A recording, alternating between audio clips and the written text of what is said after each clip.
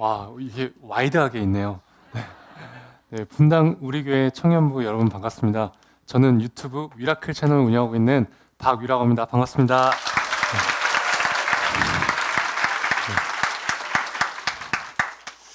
네, 이런 귀중한 시간에 너무나도 부족한 저에게 제가 만난 하나님에 대해서 여러분들과 나눌 수 있는 기회를 주셔서 진심으로 감사드립니다. 교회 같은 한 청년이 자신의 이야기를 좀 길게 하는구나 생각하시면서 앉은 자리에서 편하게 들으시면 감사하겠습니다. 저는 어렸을 때 굉장히 큰 우량아로 세상에 태어났습니다. 보통 또래 아이들보다 머리 하나가 더 있을 만큼 키가 굉장히 컸어요. 그리고 굉장히 활발한 아이였습니다.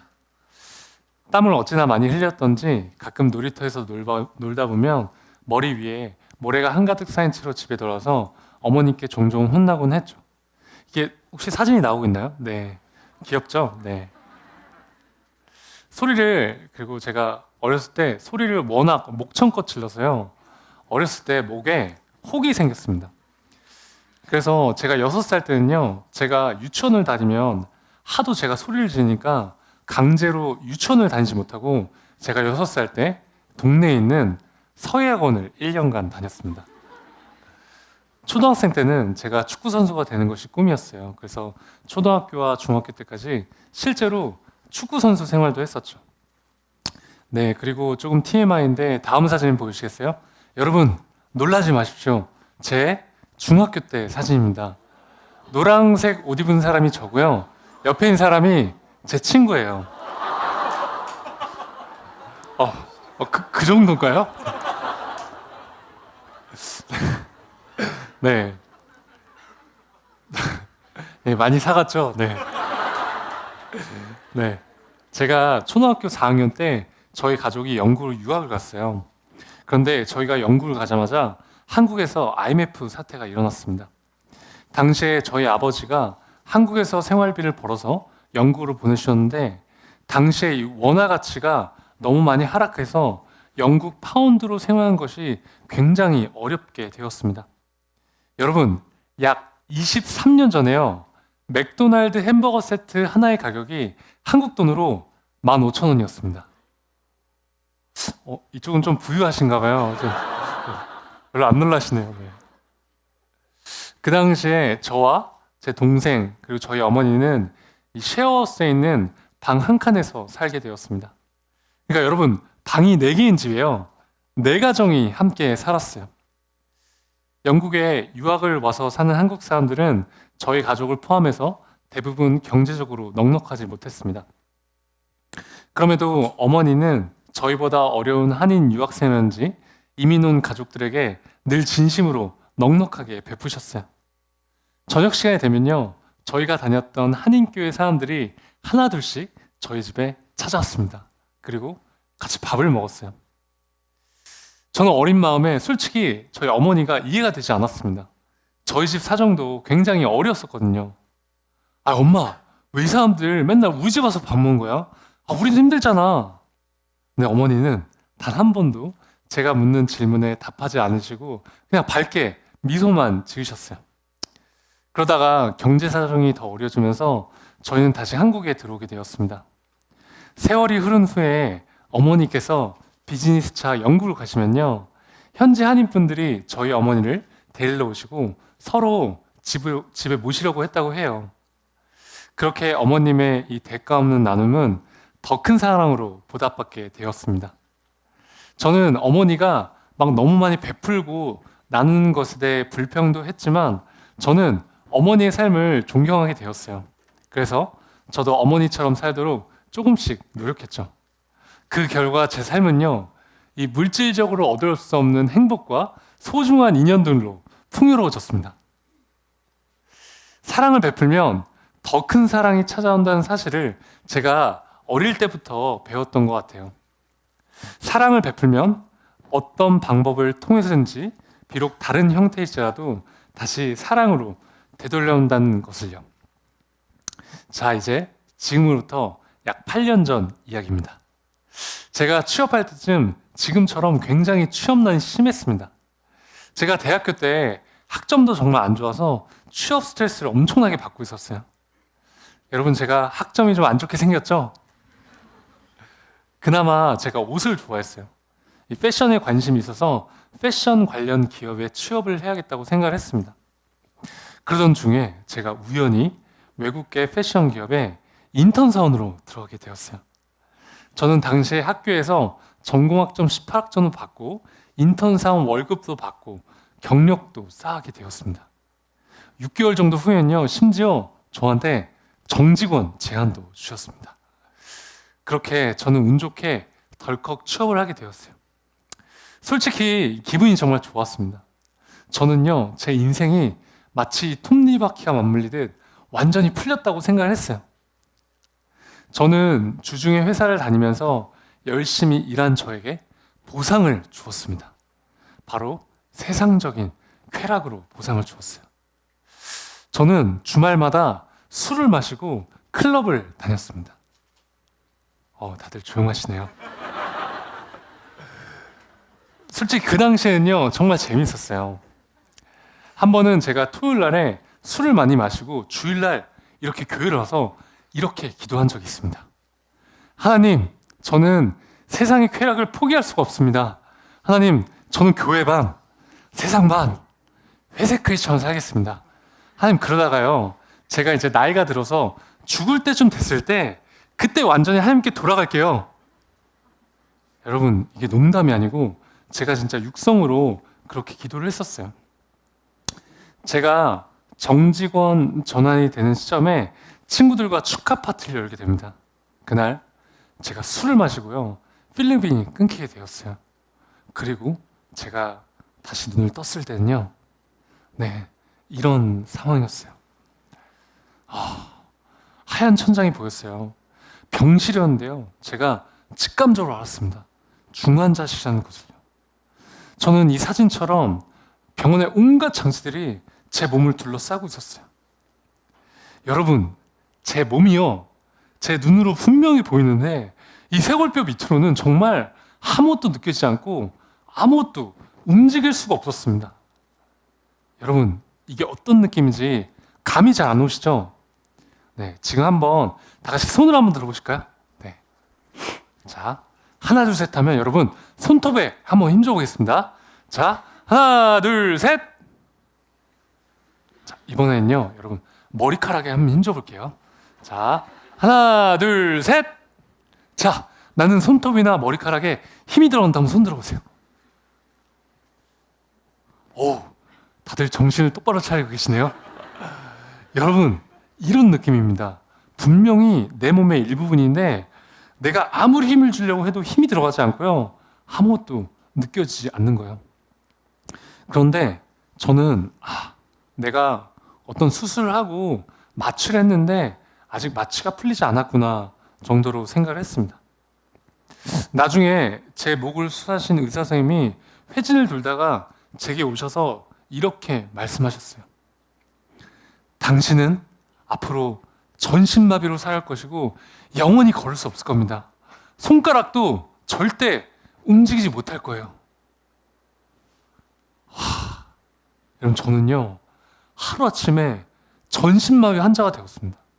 알고 보니까 저는 이 술에 취해서 어떤 건물과 건물 사이로 추락해서요, 목이 완전히 부러져서 이 척수신경이 완전히 끊겼던 것이었습니다. 여러분, 이 사진 한번 다시 보여주시겠어요? 이 사진 한번 정중앙 부분 보시면 목뼈가 완전히 어긋난 거 보이시나요? 그런데 저는 술에 취해서 전혀 기억이 나지 않았어요. 의사 선생님 말을 들었을 때는 현실감이 없었습니다. 아마도 이 전신마비라는 상황이 너무나 비현실적이었기 때문에 제가 그 사실을 받아들이는 것이 아마도 어려웠을 수도 있었던 것 같아요. 그런데 저는 하나님을 믿었었기 때문에, 아니야, 나는 하나님이 일으키시면 반드시 일어날 거야 라고 생각을 했어요. 그래서 생각보다는 힘들지 않았습니다. 뭐 여러분들이 믿으실지 모르겠지만 제가 진짜 그 이야기를 듣고 그 자리에서 울지도 않았어요. 아까 그 사진 한 번만 다시 보여주시겠어요? 네, 여러분, 이 사진이 제가 전신마비 진단을 받고 한 2주 정도 됐을 때 사진인데요. 자, 여러분, 전신마비 진단을 받은 사람 치고는 약간 표정이 제정신은 아니죠? 네. 제가 사고를 겪은 날 새벽에 집에 초인종이 울렸대요. 어머니가요, 현관에 나가보니까 경찰 2명이 딱 서서 어머님, 아드님이 사고로 많이 다쳐서 지금 응급실에 있습니다. 빨리 가보셔야겠어요. 저희 어머니는요, 그 이야기를 들으시고는 그 자리에서 생리가 끊기셨다고 합니다. 여러분, 저는 그 당시에는 그 사실을 알지 못했어요. 근데 제가 다치고 한 3년 정도 지났을 때 저희 아버지께서 그 사실을 제게 말씀해 주시더라고요. 여러분, 저희 어머니가 얼마나 충격을 받으셨으면 그렇게 되셨을까요? 응급실에 저희 부모님이 도착했을 때는요, 제 머리에서 이 피가 분수처럼 솟구쳐서 그 병원 침대 벽면이 온통 피로 흩뿌려져 있었고요. 피를 제가 너무 많이 흘려서 침대가 온통 피로 물들여져 있었다고요. 그것도 모자라서 피가 바닥으로 떨어져서 바닥이 흥건히 피로 젖어 있었대요. 그리고 저는 전혀 의식이 없는 상태였다고 합니다. 아버지는요, 그런 제 모습을 보시고 그 자리에서 주저앉으셔서 땅바닥을 기어다니셨다고 합니다. 근데 그때 저희 어머님이 침착하게 저희 교회 성도님께 기도 부탁을 하셨대요. 그때 한 성도님이 전화 오셔서 이렇게 말씀하셨다고 해요. 위 어머니, 위에 영혼을 위해서 기도하세요. 그때 그 말을 들은 저희 어머니는요, 우리 위가 이제 진짜 죽을 수도 있겠구나 생각하셨대요. 그 성도님의 말이요, 마치 하나님의 음성처럼 느껴지셨대요. 그래서 그때부터 저희 어머니는 제 생명을 위해서 기도하기 시작하셨다고 합니다. 그때 제가 11시간 동안 의식이 없어서 수술을 못하고 있었대요. 여러분, 이 의식이 없는 상태에서 마취를 하면요, 의식이 돌아오지 않을 수도 있어서 수술 골든타임을 놓치지 않으면 제가 빨리 의식이 돌아오야 되는 상황이었다고 합니다. 그래서 응급실에서 정말 많은 사람들이 저를 위해서 기도를 해주고 있었는데요. 그래도 저는 의식이 돌아오지 않았대요. 근데 그때 저희 아버지가 위야, 일어나! 이 한마디에 제가 11시간 만에 이렇게 갑자기 딱 눈을 떴다고 해요. 그래서 다행히 수술에 들어갈 수 있었다고 합니다. 그리고 저희 어머니는 제가 수술에 들어가기 전에 제 레지던트가 아까 제 목 MRI 사진을 저희 어머님께 보여주면서 어머님, 아드님은 전신마비입니다 라고 말하는 장면을요, 다 이렇게 영상으로 찍으셨대요. 여러분, 그 정신에 왜인 줄 아세요? 나중에 우리 위는 반드시 일어날 것이기 때문에 나중에 위가 간증할 때 증거 자료를 써야 된다면서 그 상황에서 그걸 영상을 찍으셨대요. 그리고 구체적으로 우리 위는 나중에 미국에 있는 CNN에 가서 간증할 거예요 라고, 이렇게 제가 병원에 이렇게 전신마비로 이렇게 누워있는데 병원에 찾아오는 사람들한테 그렇게 선포하셨어요. 근데 저는 아직까지는 어머니가 왜 CGN이 아니라 CNN이라고 하셨는지는 아직까지는 잘 모르겠습니다.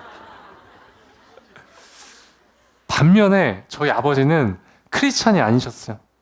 저희 아버지는 굉장히 책을 많이 읽으시는 좀 지적인 분이셨죠. 아버지는 기독교를 그저 하나의 종교로 생각하셨어요.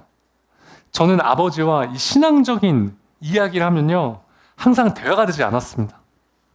저희의 대화는 마치 이 평행선상에 있는 것 같았죠. 하루는 저는 이렇게 생각했어요. 내가 우리 아빠는 진짜 평생 전도할 수 없겠구나. 그런데 중환자실에서 제가 3일째 되던 날 이렇게 입에 기도 삽관을 해서 아무 말도 할 수 없이 이렇게 전신마비가 돼서 누워있는 제게 아버지께서 오시더니 이렇게 말씀하셨어요.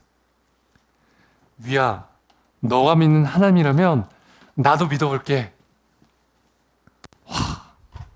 여러분, 저는요, 제가 전신마비가 된 상황보다 저희 아버지가 하나님을 믿게 된 사실이 더 말도 안 되는 상황이라고 생각을 했어요. 여러분, 저는 제가 한 중학생 때쯤 솔직히 저희 아버지가 하나님을 믿는 것을 포기했었습니다. 그런데 하나님이 저희 아버지의 마음을 만지시니까요, 저희 아버지도 하나님을 믿게 되시더라고요. 그래서 여러분들 중에 여러분들이 사랑하는 가족이나 또 친구들 혹은 주변인들의 영육 구원을 위해서 기도하고 계신 분들이 계시다면요, 중학생 때 저처럼 절대 포기하지 않으셨으면 좋겠습니다. 아멘? 네. 저는 그렇게 일반 병실로 가게 되었습니다. 다치고 약 3주 정도가 지났을 때 기적적으로 제 새끼손가락이 이렇게 탁 미세하게 움직이기 시작했어요. 여러분, 혹시 2002년 월드컵 4강전 진출했을 때 기억나시나요? 네. 제가 얼핏 봤을 때 어느 정도 이렇게 기억나시는 분들이 계셔야 될 것 같고, 네. 네, 지켜드리겠습니다. 네, 마치 그날처럼 난리가 났습니다. 와, 드디어 우리 위가 마비가 풀리는구나. 다들 희망을 갖기 시작했어요. 그런데요, 새끼손가락이 그냥 살짝 움직일 뿐 실제로 제가 병원 생활하는 데는요, 기능적으로 아무런 도움이 되지 않았습니다. 현실은 냉혹했어요. 전신마비가 되니까요, 제가 할 수 있는 것은 아무것도 없었습니다. 스스로 아무것도 할 수 없게 되었을 때 그 좌절감은요, 정말 상상할 수 없을 정도의 상실감을 느끼게 해줬어요.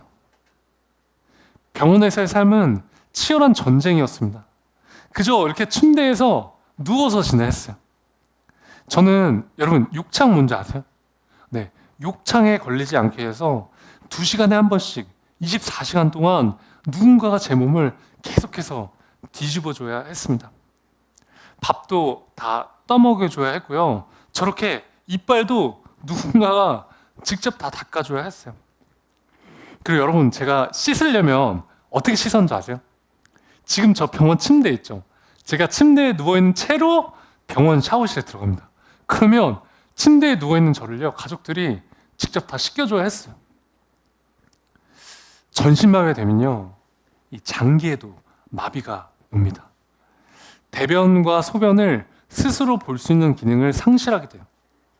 저는 당시에 이 소변줄을 차고 있었고, 이 소변백에 소변이 가득 차면 가족들이 그 소변을 직접 다 비워줘야 했어요. 대변을 보기 위해서는요, 여러분, 좌약 뭔지 아시죠? 좌약을 침대 위에서 넣고 가족들이 그 뒤처리를 손으로 직접 해야만 했습니다. 그리고 여러분, 이 좌약을 넣어도요, 금방 신호가 오지 않습니다. 2시간이고 3시간이고 기다려야 했어요.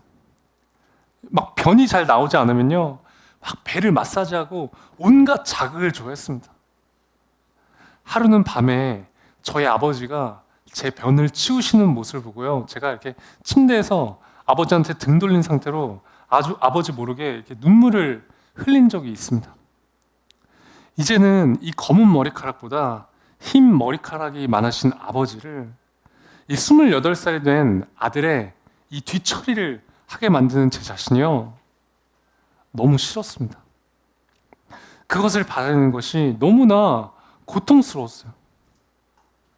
그 당시에 저는 취직을 해서 이제 부모님으로부터 경제적으로 완전히 독립해서 저는 이제 효도해드릴 수 있다고 생각했었거든요. 물론 인턴 사원 월급 얼마 되지 않았지만 처음으로 제가 월급을 받아서 이렇게 봉투에 용돈을 넣어서 부모님께 드렸을 때 저는 정말 행복했어요. 그런데 하루아침에 전신마비 환자가 돼서 28살짜리 아이가 돼버렸으니까요, 진짜 도저히 믿기지도 않고 그 현실을 인정하고 싶지 않았어요. 사실 처음에 제가 입원해 있을 때는 저희 가족은 저를 위해서 간병인을 고용하려고 했습니다. 그런데 저는 간병인한테요, 이렇게 성인이 된 저의 이런 모든 민낯을 보여주고 싶지 않았어요. 그래도 저는 가족들한테 미안해서 아무 말도 할 수가 없었습니다. 그런데 제게 3살 차이 나는 남동생이 있거든요. 제 동생이 당시에 대학교 4학년이어서 졸업을 준비하고 있었는데요, 동생이 부모님께 이렇게 말을 했대요. 엄마, 우리 형은 간병인한테 맡기고 싶지 않아요. 엄마, 형을 제발 내가 직접 간병할 수 있게 해주세요.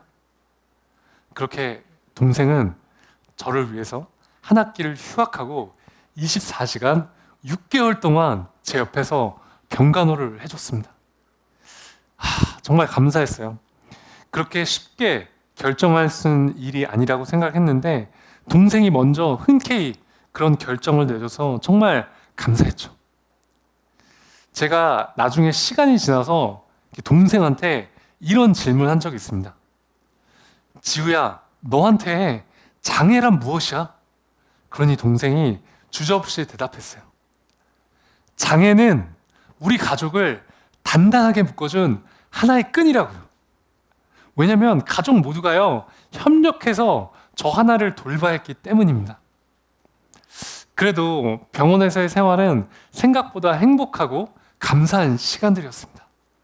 정말 이렇게 많은 분들이 오셔서 위로해주고 응원해주셨어요. 특히 저 한 번도 마주한 적이 없는 목사님들과 저의 교회 분들이 오셔서 기도해주고 예배도 많이 드려주셨는데요. 제가 나쁜 생각할 틈이 없이 병실은 항상 바글바글 거렸습니다. 하나님은 끊임없이 사람들을 보내셔서 저의 가족과 저를 위해 위로하셨어요. 이를 통해 저와 저의 가족은 지치지 않고 힘을 낼 수 있었습니다. 이것은 분명히 하나님의 은혜와 사랑이었습니다. 제가 당시에 서울에 있는 신촌 세브란스 재활병원에 입원해 있었는데요. 저는 이 전쟁 같았던 하루의 재활을 마무리하면 저녁에 항상 이 조그만한 기도실에 갔습니다.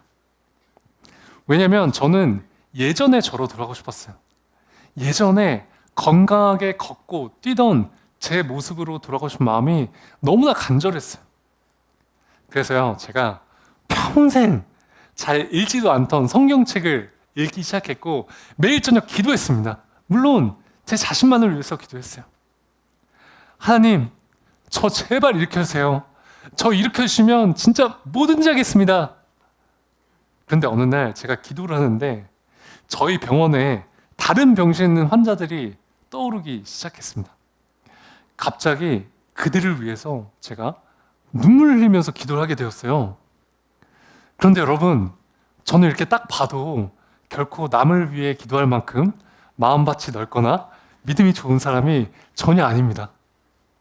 그 당시에 그 눈물의 기도는요, 하나님이 주시는 긍휼의 마음이었어요. 저는 그 재활병원에서는 상대적으로 경증 환자였습니다. 그 재활병원에는 저보다 심각한 상태에 계신 분들이 너무나 많았어요. 특히 이 뇌가 손상되신 분들이 많았죠. 하루는 다른 병실에 한 고등학생 남자의 어머님이요, 이렇게 전신마비가 돼서 병실에 누워있는 제게 오시더니 이렇게 말씀하셨어요. 우리 아들이 위 너만큼만 됐으면 좋겠다. 여러분 상상이 되세요? 저는 그때 이렇게 생각했어요. 아니 어떻게 전신마비가 된 나한테 와서 이런 말을 하실 수가 있지? 그 어머님의 아들은 고등학생이었고, 여러분 이 펜싱 국가대표 상비군이었는데요.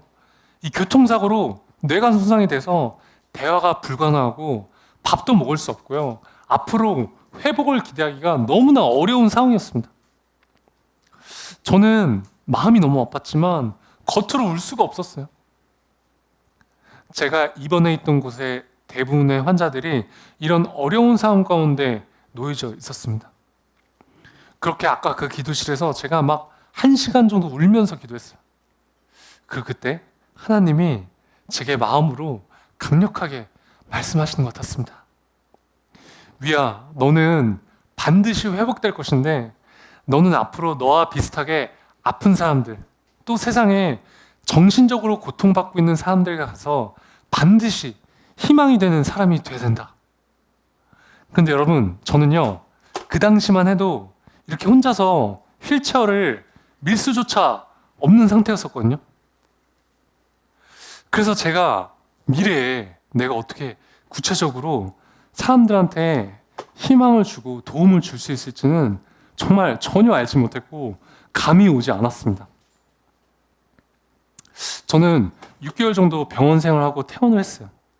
퇴원을 했지만 저의 모든 생활은 가족한테 의지할 수밖에 없었습니다. 배변과 소변도 여전히 가족들이 다 받아내야 했어요. 처음에는요, 제가 집에서 이 휠체어에서 침대로 혼자 옮겨 누울 수조차 없었죠. 제가 침대에 누우려면 밤에 제가 자기 위해서 침대에 누우려면 저희 아버지나 남동생이 집에 올 때까지 꼼짝없이 기다려야 했습니다. 휠체어에서 제 몸을 들어서 침대에 옮기려면 성인 남성 이상의 힘이 필요했기 때문이에요. 저는 이렇게 생각했어요. 내 인생은 그 누구도 나를 대신해서 살아줄 수 있지 않기 때문에 내가 반드시 독립적으로 생활할 수 있을 때까지 재활을 해야겠다. 네, 저는 살기 위해 죽을 힘을 다해 재활을 하기 시작했습니다.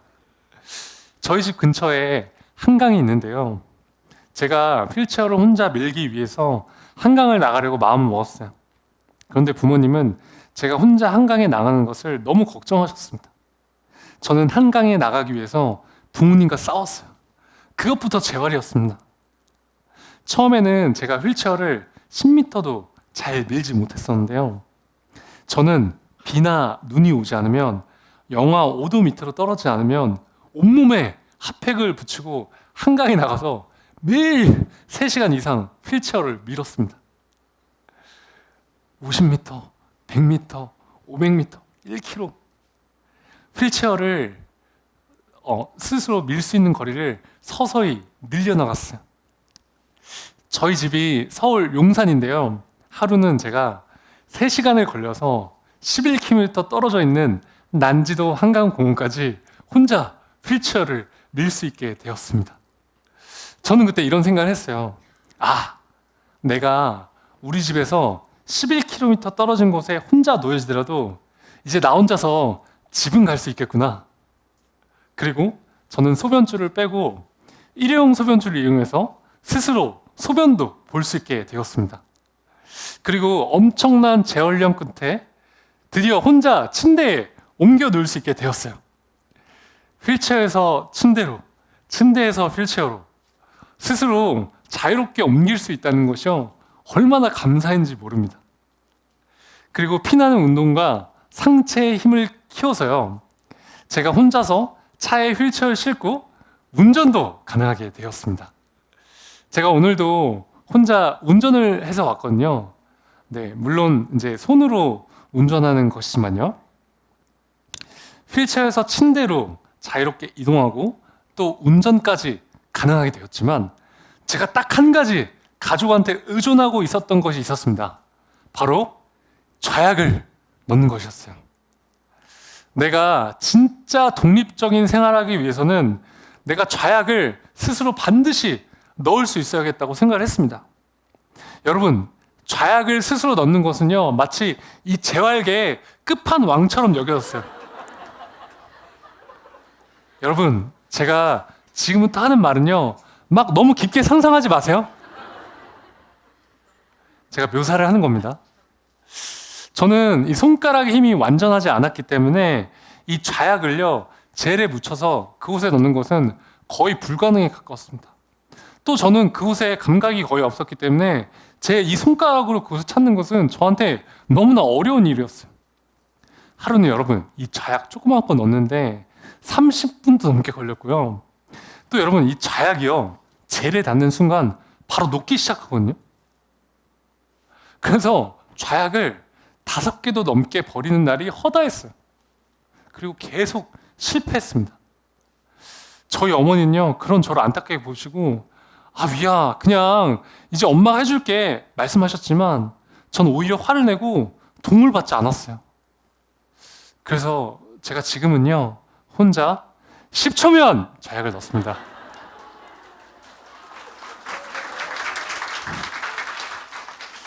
여러분, 제가 평생 살아가는 동안 좌약을 혼자 넣는다고 이렇게 박수를 받게 될 거라고는 정말 상상도 한 적이 없습니다. 여러분, 저 이제 진짜 독립적으로 혼자서 생활할 수 있습니다. 여러분, 대박이죠? 네. 저는 정말 다행히도 병원에서 말했던 것과는 다르게 엄청나게 재활이 잘 되어가고 있었습니다. 기적이었어요. 사람들은요, 저를 보면 너무나 대단하게 생각하고 너무나 좋아해 줬어요. 육체적으로는 굉장히 건강해지고 있었습니다. 그런데 제 신앙생활은요, 오히려 내리막길을 걷고 있었어요. 저는 제 몸이 굉장히 재활이 잘 되어가고 있음에도 불구하고 제 몸에 만족할 수 없었어요. 왜냐하면 제 목표는 예전의 저로 돌아가는 것이었기 때문이에요. 저는요, 예전처럼 다시 일어서서 걷고 뛰고 축구를 하고 싶었어요. 저는 하나님께 매일 일으켜달라고 기도했지만 하나님은 듣고 계시지 않은 것 같았어요. 마치 제 기도가요, 뭔가 하늘의 벽에 막혀서 하나님께 전달되고 있지 않은 것 같았죠. 그리고 저는 매일 하는 기도가 똑같았었기 때문에 이렇게 예배 시간에 가도 기도가 잘 되지 않고 하나님께 더 이상 할 말이 없었습니다. 그래서 예배 시간에 제 마음요, 냉랭했어요. 기쁨을 잃었습니다. 그리고 저는 그 당시에 이 청년부 예배를 드리지 않고 저희 교회 새신자 예배를 드렸습니다. 왜냐하면 설교 말씀이 짧고 예배 시간이 짧았기 때문이에요. 그러던 중에 제 친구가 어느 날 제게 와서 이렇게 말을 했어요. 위야, 우리 이제 다시 공동체 생활을 하자. 이렇게 신앙생활하면 안 될 것 같아. 그래서 저는 못 이기는 척 다시 이 청년부 예배를 드리기 시작했습니다. 제가 청년부 2년째 되던 해에 제가 어마어마한 사람을 만나게 됩니다. 그 사람은요, 제가 살면서 봤던 사람 중에 가장 끈질긴 사람이었어요. 저는 항상 이름도 말해요. 유준상. 네, 그 연예인 유준상은 아닙니다. 정말 그 친구는 기도하는 사람이었어요. 그 친구가 제 순장님, 제 셀 리더가 되었습니다. 여름이 되어서 저희 청년부 여름 수련회 시즌이 되었어요. 그런데요, 준상이가요, 저한테 수련회를 같이 가자는 거예요. 그래서 제가 거절했어요. 휠체어를 타고 수련회에 참가하는 것은 제게는 너무나 큰 도전이었기 때문이에요. 그리고 여러분, 저는 사고가 나고 지금 8년이 지난 지금도요, 이 욕창에 걸리지 않기 위해서 저는 침대 매트리스가 잠을 자려면 무조건 필요하거든요. 준상이가 말했습니다. 위야, 수련회장에 침대가 있대. 그리고 내가 도와줄게. 여러분, 약간 어떤 스타일인지 아시겠죠? 청년부에 이렇게 떠오르는 사람들 있지 않나요? 지금 아마 찔리는 사람이 있을 거예요. 저는 준상이 진짜 끈질기다 라고 생각을 했지만 용기를 얻고 수련회에 참가하게 되었습니다. 수련회에 갔지만 저는 여전히 하나님과의 관계는 냉랭했어요. 수련회 마지막 날 밤 집회 시간이 되었습니다. 설교 말씀이 끝나고 기도 시간이 되었는데 저는 이렇게 기도했어요. 하나님, 오케이. 저 이제요, 일어나지 않아도 좋습니다. 그 대신에 저 하나님이 오늘 살아계신지만 제가 알 수 있게 해주세요. 하나님, 제가 하나님을요, 눈으로 보든 피부로 느끼든 바람으로 느끼든 어떤 방법이든 좋으니까요, 하나님 제발 하나님이 살아계신지만 오늘 제가 알 수 있게 해주세요. 여러분, 제가 그날 정말 간절히 기도했었거든요. 그런데 저한테 어떤 일이 일어났을까요? 네, 아무 일도 일어나지 않았습니다. 정말 아무것도 느껴지지 않았어요. 저는 굉장히 실망한 상태였습니다. 그때 저희 공동체 담당 목사님이요, 이제 주변에 아픈 채들 이 강대상 위에 올라오세요. 제가 기도해드리겠습니다. 근데 여러분 한번 상상해 보세요. 그 강당은요, 막 엄청나게 큰 강당이었고 강대상이요, 한 이 정도 높이였어요. 근데 여러분, 저는 이 위에 올라가고 싶지 않았습니다. 저는요, 치유 기도를 더 이상 받고 싶지 않았어요. 왜냐면 전 다치고 나서 저희 어머니 손에 이끌려서 막 온갖 치유 집회를 다녔었거든요. 이런 마음을 가지면 안 되겠지만 제가 치유 집회를 참여하는 것은 마치 기복신앙처럼 느껴졌어요. 그런데 제 옆에 누가 있었을까요?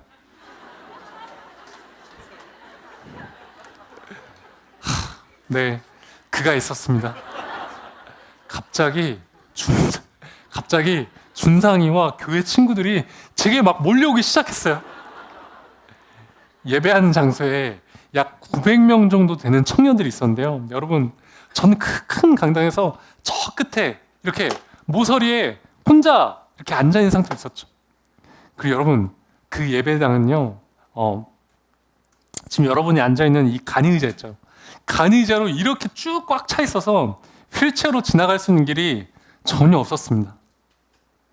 그런데 그때 홍해가 갈라지듯 의자가 갈라지기 시작했어요.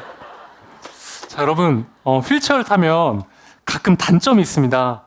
자, 여러분, 네, 이 뭐가 보이시나요? 네? 네, 손잡이가 있죠. 그 뜻은 제 의지와 상관없이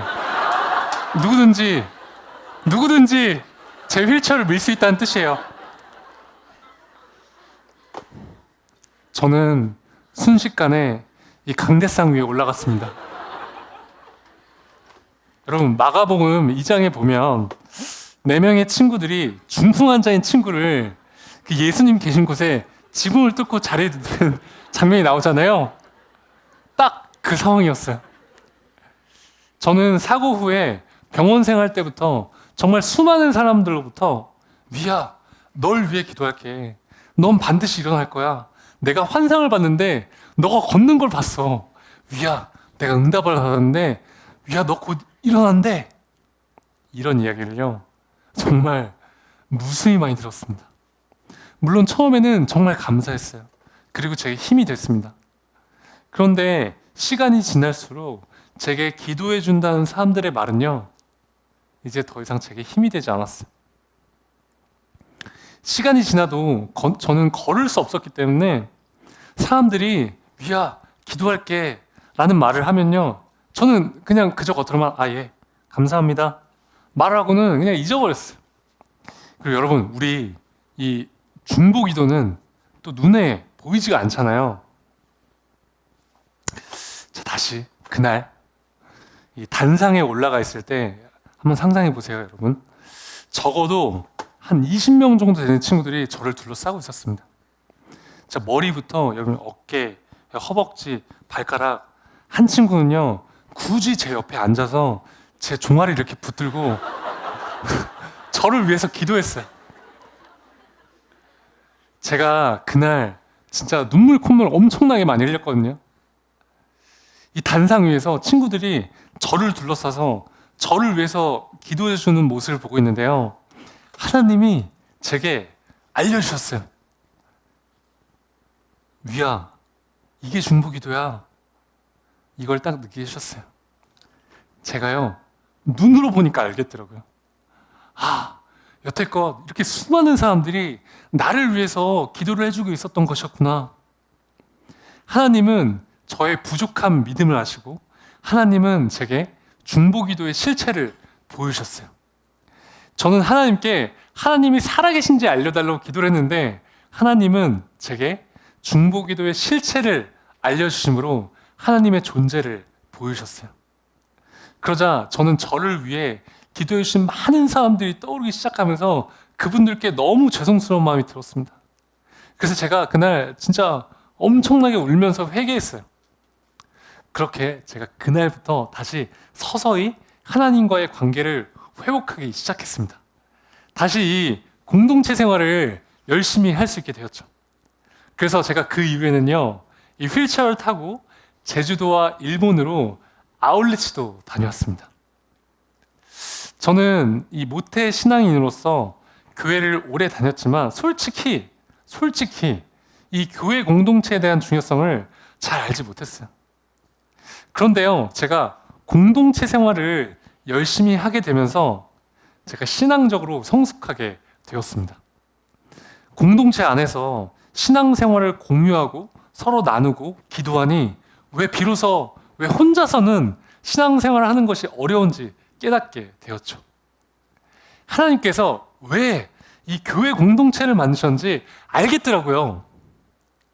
하나님은 이 교회 공동체 안에서 서로의 연약한 부분을 보듬고 사랑하길 원하신다는 것을 알게 되었습니다. 여러분, 우리가요, 이 사랑을 하면요, 하나님을 더 깊게 느끼고 알아갈 수 있는 것 같습니다. 여러분, 사실 우리가 이 코로나 비대면 시대에 교회 공동체에 대한 중요성을 솔직히 많이 잊고 살아왔던 것 같습니다. 근데 여러분, 제가 신앙생활을 바닥을 치고 있을 때요, 저를 이곳에서 이렇게 이끌어줬던 것은요, 지금 여러분 옆에 앉아 있었던 믿음의 동역자들이었습니다.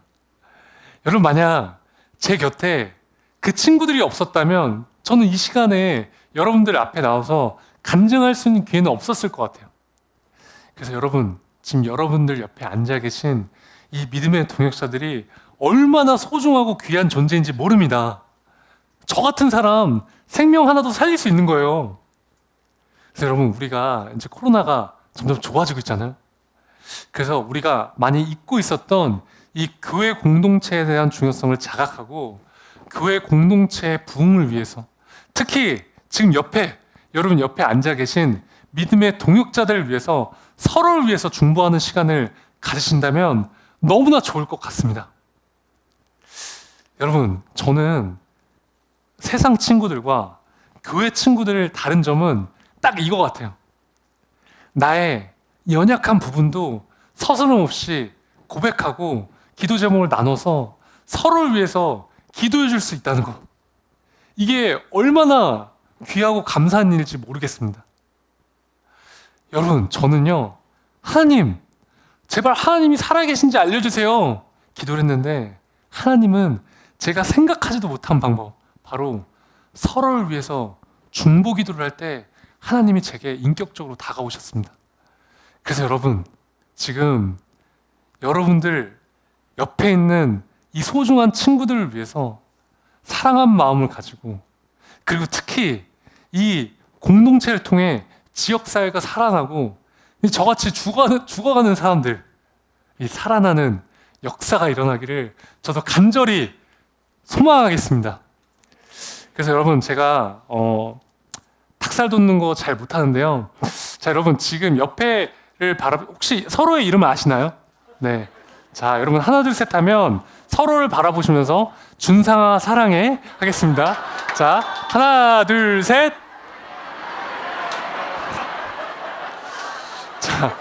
자, 이번에 네, 앞뒤를 바라보시면서 하나 둘 셋 사랑합니다.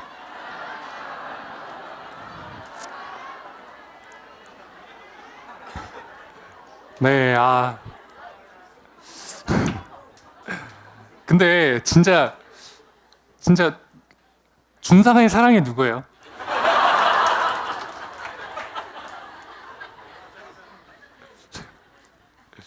네. 저는 이제 뭐 공동체 생활도 열심히 하고 운동도 열심히 하면서 나름 행복하게 잘 살아가고 있었어요. 그런데 어느 날 저한테 한 가지 의문점이 생겼습니다. 저는요, 제 자유의지를 가지고 술을 마셔서 다쳤기 때문에 한 번도 하나님에 대해서는 원망한 적이 없었어요.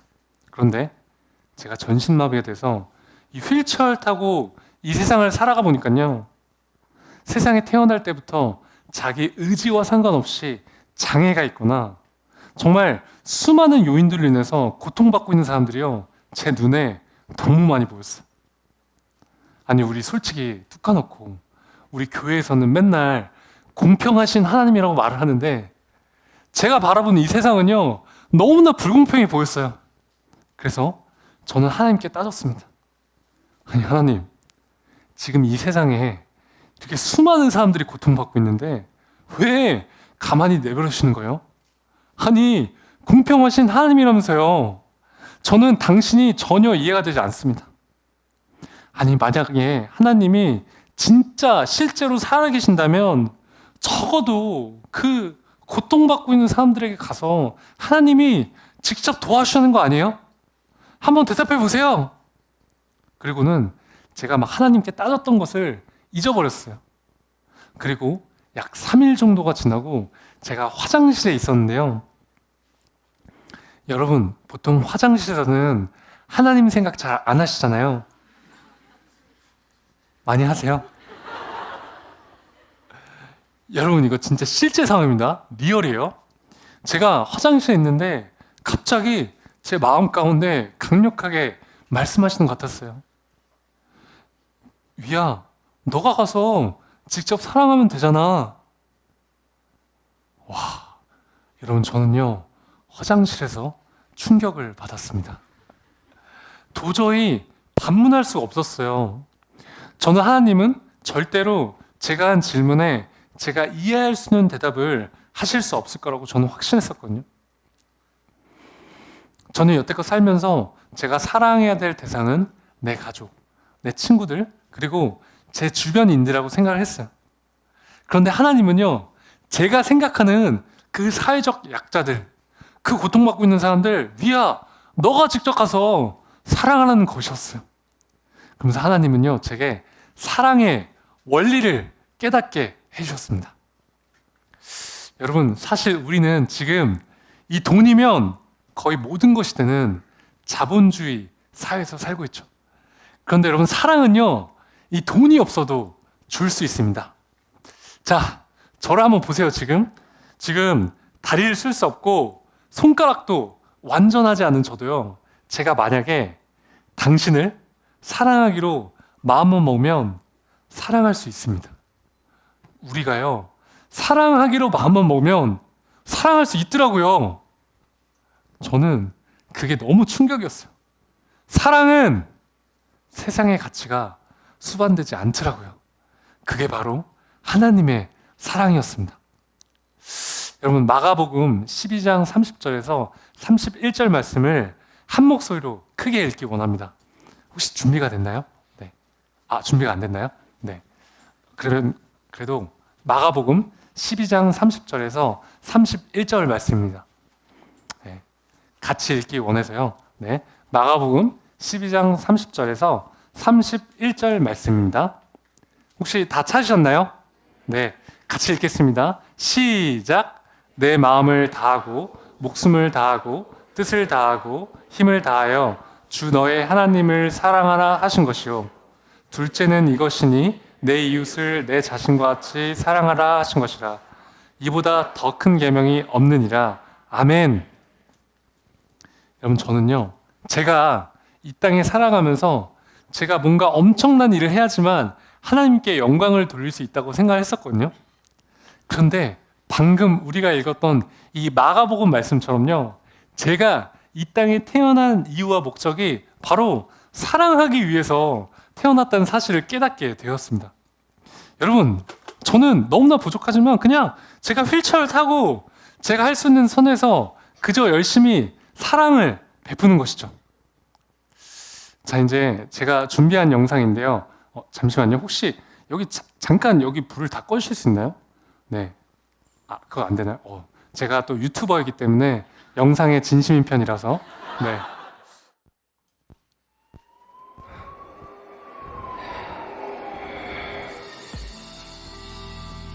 앞으로 못 걸어요. 네? 평생 힘들다고.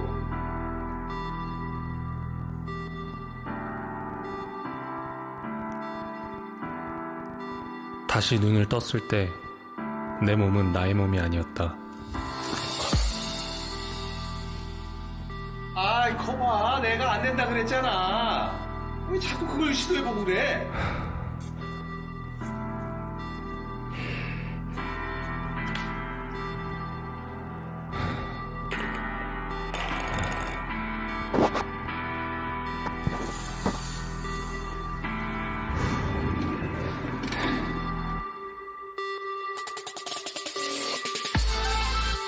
담당 의사는 손가락도 움직일 수 없다고 말했지만 나는 절대 포기하지 않았다.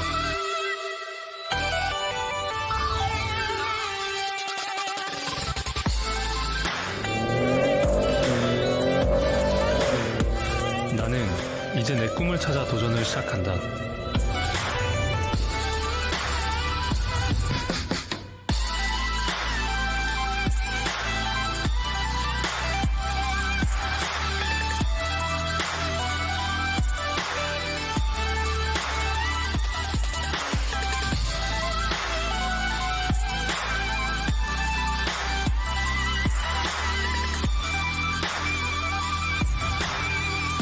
일할 수 있는 능력이 완전히 제한된 건 아닌데 할 수 있는 것들이 너무나 많아.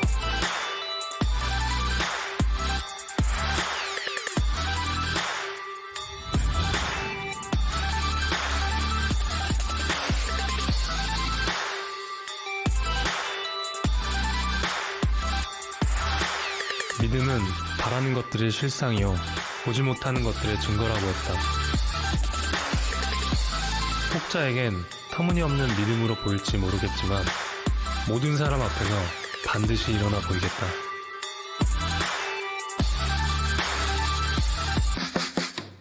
위 일어난다. 네, 이제 불 켜주셔도 됩니다.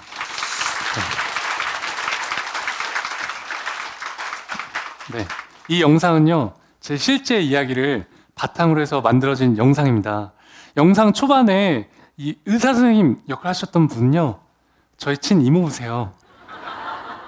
저희 이모부가 물리치료사 선생님이신데 저렇게 의사 가운을 입고 애드립으로 연기를 잘 해주셨습니다. 그래서 저는 덕분에 돈이 들지 않았습니다. 제가 아까 병원 기도실에서 하나님이 제게 비전을 주셨다고 말씀드렸잖아요. 그런데 저는 구체적으로 어떻게 사람들한테 도움이 돼야 할지 잘 알지 못했어요. 그런데 저는 교회에서 아울렛을 다녀오고 어느 날 하나님이 제 마음 가운데 생각나게 해주셨습니다. 시간과 장소에 구애받지 않고 다양한 사람들을 만날 수 있는 방법, 바로 유튜브였어요. 그래서 저는 그때부터 확신을 가지고 주변 사람들에게 중보기도 부탁을 했어요. 여러분, 제 이름이 박위입니다. 영어로 위는 우리라는 뜻이죠. 그래서 위 플러스 미라클, 우리 모두에게 기적을 이라는 뜻을 가진 이 미라클 채널을 만들게 되었습니다. 이 채널의 가장 큰 목적은요, 사람을 살리는 것입니다. 우리가 살아가는 이 모든 일상이 기적임을 일깨우면서 몸이든 마음이든 아픈 지체들에게 이 삶의 소망을 던지는 것이죠. 어느 날 울산에 한 목사님으로부터 제게 연락이 왔어요. 당신의 아들이 저처럼 척수신경이 손상이 돼서 전신마비가 되었다는 거예요. 목사님이 너무 힘들어하셨어요. 얼마나 힘들으셨냐면 혼자서 샤워를 못 하셨어요. 이 폐쇄공포증이 생기셔서. 그래서 그 목사님이 저랑 하루에 2시간씩 이렇게 통화를 했는데요. 아마도 제가 전신마비 진단을 받은 사람 치고는 굉장히 재활이 잘 된 케이스이기 때문에 목사님이 저랑 전화하는 것만으로도 좀 위안이 되셨던 것 같아요. 근데 여러분, 저는 모태 신앙인으로서 이 목사님이란 존재는 뭔가 제 기준에서는 뭔가 인간 이상의 존재, 뭔가 나보다는 하나님과 가까운 존재라고 생각을 했었거든요. 근데 제가 그 목사님이랑 하루에 2시간씩 매일매일 한 2주째 통화를 하다 보니까요, 제가 어느 날 목사님한테 이런 말을 하고 있었어요. 아니, 목사님, 이제 제발 좀 믿음을 가지세요. 네, 목사님 죄송합니다. 그런데 제 눈에는요, 그 목사님이 그저 전신마비된 한 아들의 아버지로 보였어요. 저는 너무 가슴이 아팠습니다. 너무 안타까워서 제가 주저없이 혼자 휠체어를 타고 비행기를 타고 울산으로 날아갔습니다. 자, 네, 여러분, 이 친구예요. 표정이 별로 안 좋죠? 다친 지 얼마 안 돼서 그래요. 다음 사진 보여주세요. 여러분, 동일 인물입니다. 지금 이 친구가요, 이렇게 호전이 돼서 저희 미라클 채널의 편집자로 활동하고 있습니다. 근데 여러분, 사실 이 친구는요, 아직도 손가락이 전혀 움직여지지 않아요. 손이 이렇게 주먹이 진 상태로 돌돌 말려 있거든요.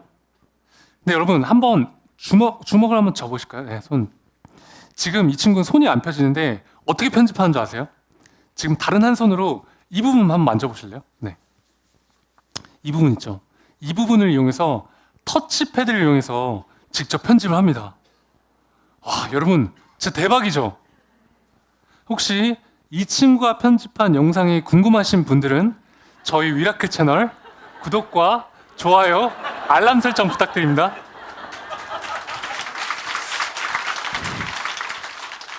여러분, 지금 제가 웃고 있지만 농담이 아니에요.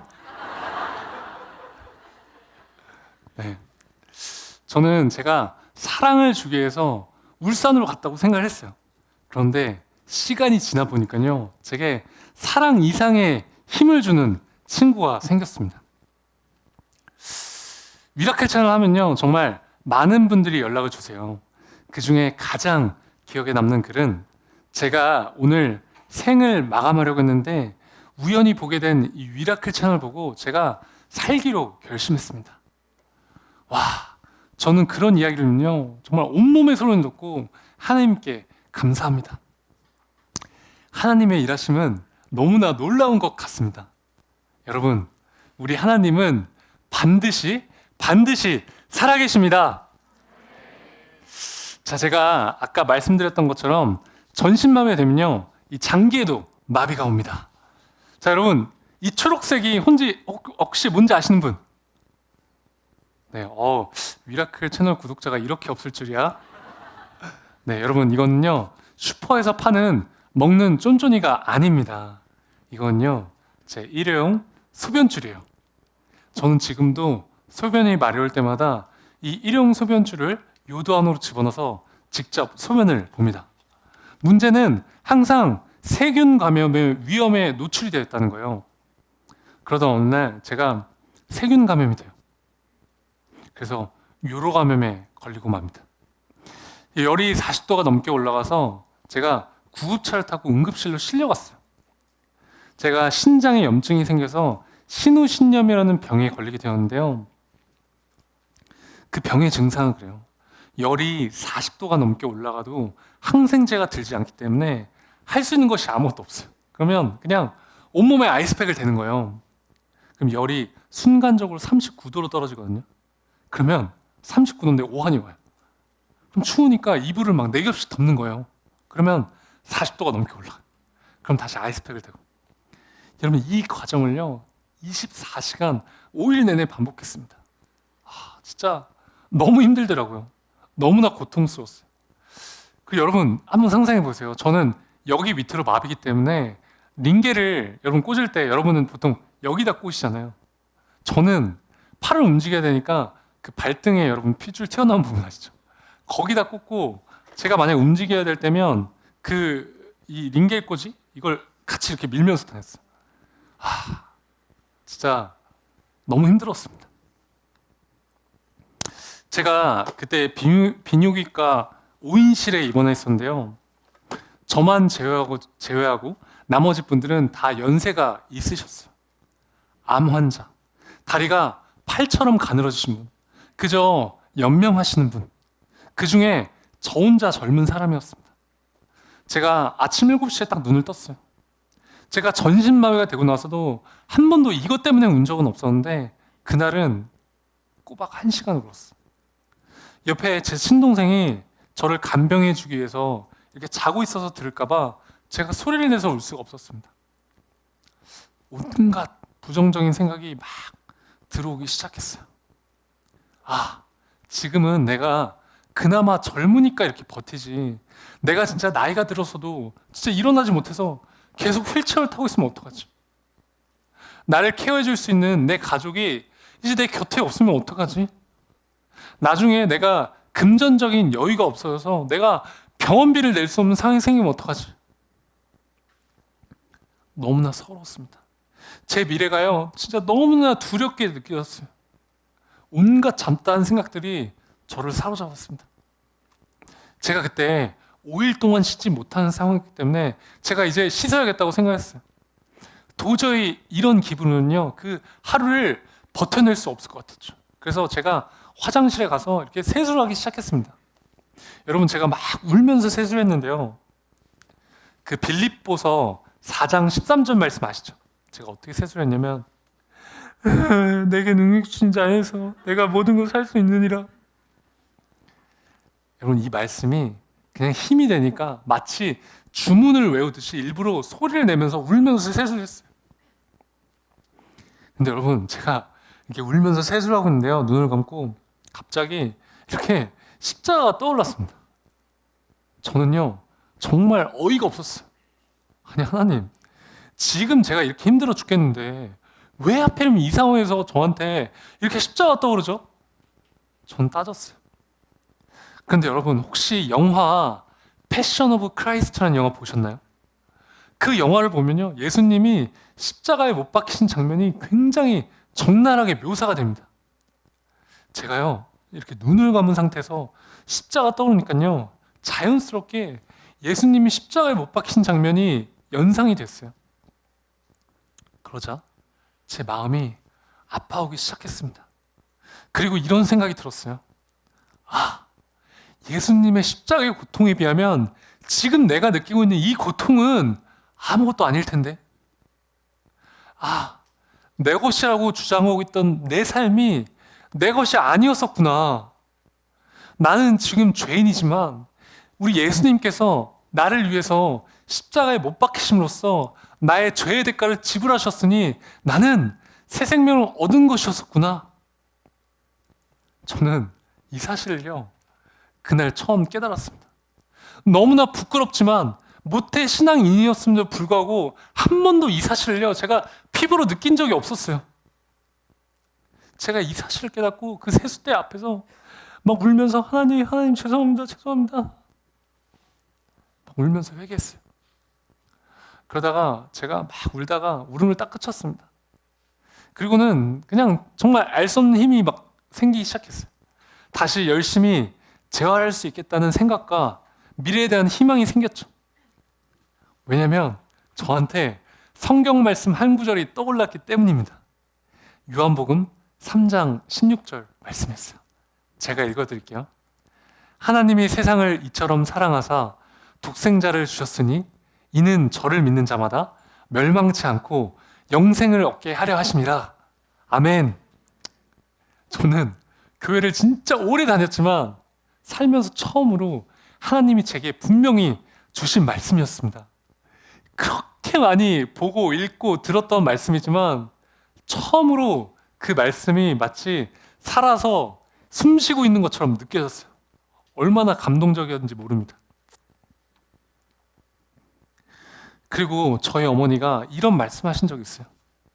여러분, 저희 어머니가요, 제가 다치고 하루에 기도를 5시간을 해도요, 모자란 날도 있었대요. 어머니는 어떻게 사람한테 이렇게 눈물이 많을 수 있을까 생각하셨대요. 어머니가 흘린 그 눈물을요, 다 모아서 담으면 항아리에 가득 차고 또 가득 차고 가득 찰 정도로 어머니는 눈물을 많이 흘리셨대요. 어머니는 이런 말씀도 하신 적이 있어요. 위야, 사람은 눈물로 만들어졌나 봐. 근데 저희 어머니는 이렇게 기도하신대요. 하나님, 우리 위가 회복할 수만 있다면 하나님, 저는 제 목숨도 내놓겠습니다. 자식을 향한 사랑이 이렇게 목숨과도 맞바꿀 수 있을 정도로 이렇게 큰데 하나님은 자신의 아들을 우리를 위해 죽게 하셨으니 얼마나 가슴이 아팠겠냐고 저희 어머니께서 저한테 그렇게 말씀하신 적이 있어요. 여러분, 우리는 이 하나님의 측량할 수 없는 사랑으로 새 생명이 주어진 것 아닐까요?